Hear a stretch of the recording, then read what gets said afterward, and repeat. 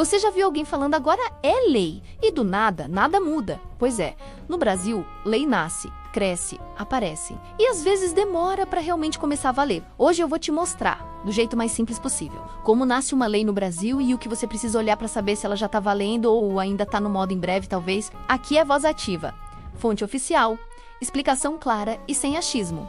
Antes de tudo, o que é uma lei? Lei é uma regra oficial criada pelo Estado que pode mudar a vida de todo mundo. É ela quem dita o que é permitido, o que é proibido, o que se torna obrigatório. E principalmente é ela que pode mexer no seu bolso, mesmo quando você não pediu nada. Mas uma coisa importante que você precisa saber é que no Brasil, a gente tem vários tipos de normas diferentes. Tem a Constituição, que é a lei maior de todas, leis complementares, leis ordinárias, decretos, medidas provisórias, uma verdadeira sopa de letrinhas jurídicas. Hoje, o nosso foco é desvendar o caminho mais comum que uma lei percorre. Aquele que começa com um simples projeto de lei e atravessa todo o Congresso Nacional até chegar na sua vida. Quase toda lei que existe hoje começou como um projeto de lei, o famoso projeto de lei. É como se fosse a semente da lei. E essa semente pode ser plantada por várias pessoas ou instituições. Por exemplo, um projeto de lei pode ser apresentado por um deputado federal, por um senador, pelo próprio presidente da República ou até pelo Supremo Tribunal Federal,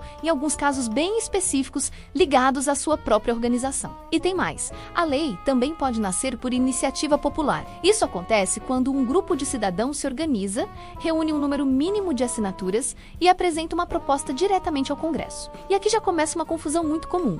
É fundamental entender que um projeto de lei não é uma lei. Pense nele como uma ideia oficial que está batendo na porta do sistema, pedindo autorização para virar realidade. Ele é só o primeiro passo de uma longa jornada. Depois que o projeto é apresentado, ele não vai direto para a votação final no plenário. Seria muito rápido, né? Antes disso, ele precisa passar por um filtro técnico, as chamadas comissões. As comissões são grupos especializados de parlamentares dentro do Congresso que analisam o projeto sob diferentes perspectivas. Por exemplo, se a lei proposta é sobre a criação de um novo programa de saúde, ela certamente passará pela Comissão de Saúde. Se ela envolve gastos públicos ou a criação de impostos, ela precisa ir para a Comissão de Finanças. E quase toda proposta, sem exceção, passa pela Comissão de Constituição e Justiça, a CCJ, que verifica se o texto não fere nenhum direito garantido pela nossa Constituição. Esse é o momento em que o texto original pode mudar bastante. Ele pode ganhar emendas, que são sugestões de alteração, pode ter trechos cortados, pode ficar mais rigoroso ou mais brando. É nessa fase que o projeto pode se transformar naquele documento gigante e complexo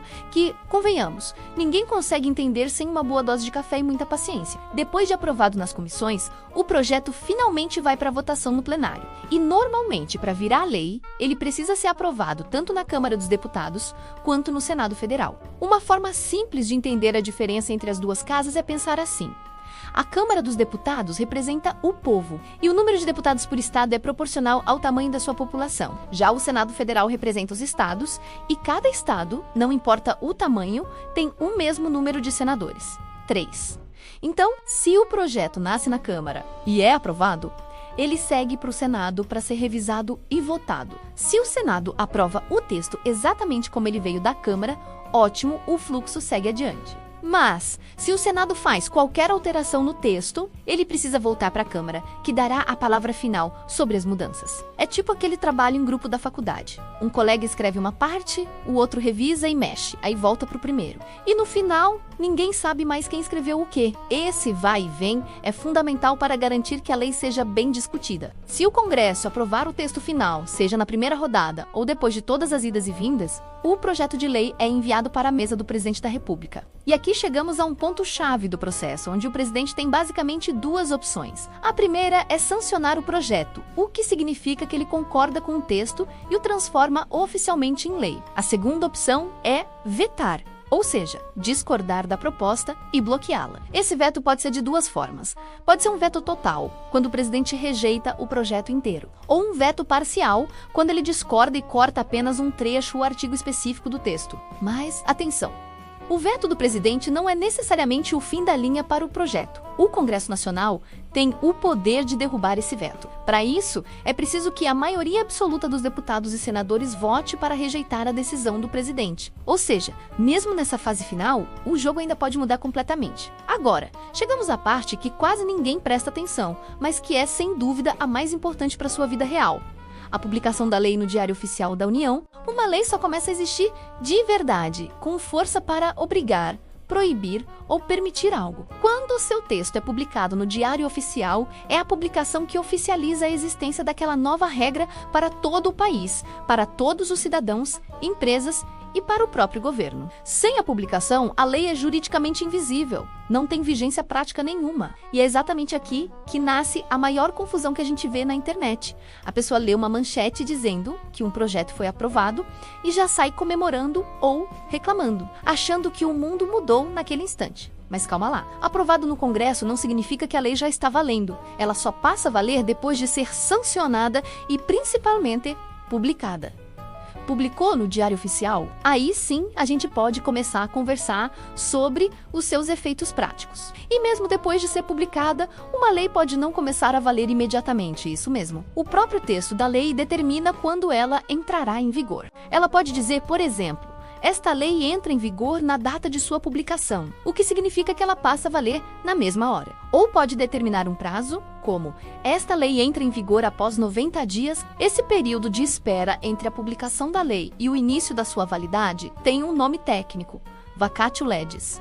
Pense nisso como o aviso prévio da lei. Ela já foi criada, já existe oficialmente, mas o sistema dá um tempo para que as pessoas, as empresas e o próprio governo possam se adaptar às novas regras. Portanto, se você realmente quer saber se uma lei já está valendo, não adianta só olhar a data de aprovação. Você precisa encontrar no texto dela a palavra mágica que resolve tudo: vigência. Agora, vamos para a parte prática, no melhor estilo voz ativa, para você nunca mais ser enganado. Se você quer achar uma lei de forma rápida e, o mais importante, em uma fonte oficial, faça o seguinte: jogue no Google o número da lei que você procura seguido da expressão site, Planalto, Gov, BA. Por exemplo, lei número tal site, Planalto, Gov, BA. Ou, se você não sabe o número, pode pesquisar pelo tema e adicionar o mesmo comando no final. O site do Planalto é a fonte mais confiável para consultar a legislação federal. Aí, quando você abrir o texto da lei, procure por palavras-chave que te dizem o que realmente importa para a vida prática. Procure por vigência, entra em vigor e revoga, que indica se essa lei está cancelando outras mais antigas, e prazo. Essas palavras são o mapa do tesouro, que te mostram se a lei já está valendo e qual é o seu verdadeiro impacto. E pronto! Agora você sabe como nasce uma lei no Brasil, desde a ideia inicial até o momento em que ela realmente começa a valer, e como descobrir isso por conta própria, sem medo, sem achismo e o principal, sem depender de thread duvidosa de rede social ou daquela corrente de WhatsApp que sua tia te mandou. Se você quiser, eu posso pegar qualquer tema que esteja te preocupando e trazer a fonte oficial, explicando o impacto real na sua vida. Comenta aqui embaixo o tema e a sua cidade. Eu trago a fonte oficial e te mostro exatamente onde conferir tudo por conta própria. Aqui é Voz Ativa.